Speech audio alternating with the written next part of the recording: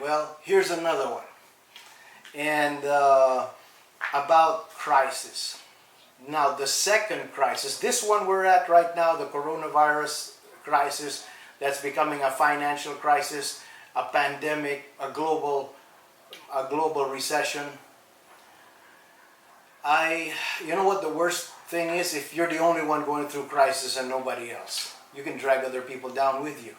All right, man, you're not such an encourager today. No, I'm a realist sometimes, and I can tell you what can happen and what can't happen and what is not going to happen.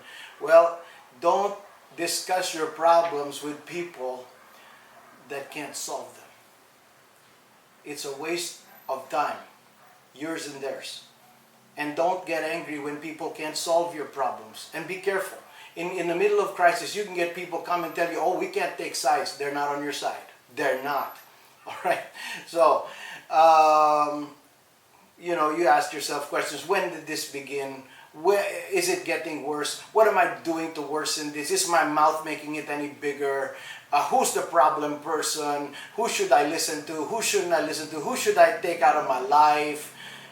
That kind of stuff, because you want to be focused on where God wants you to be, where God wants you to go in a crisis. Now, talking about as you keep listening to me, as you keep watching these videos, I'm going to be revealing more and more and more. I'm just beginning, and not a whole lot of people are watching, and so I'm just going to reserve that for a whole lot of people. But the second crisis I went through was a death of a loved one, a financial crisis that was nationwide, and then the ouster of a president, which was bad for business. And there was the low price of sugar, where this island is really, really going with economically. Not really so much today, but before anything happens to the sugar industry, happens to everyone. All right, 4 things hit me. It started with 1, the Asian crisis, and then it just went on and on. And you know what? I made some decisions in the middle of that crisis that prepared me for this one. And what decisions are you making in this crisis, right? This is not just your crisis, it's everybody's crisis. We're all in this thing together, but we're not all coming out of this thing the same.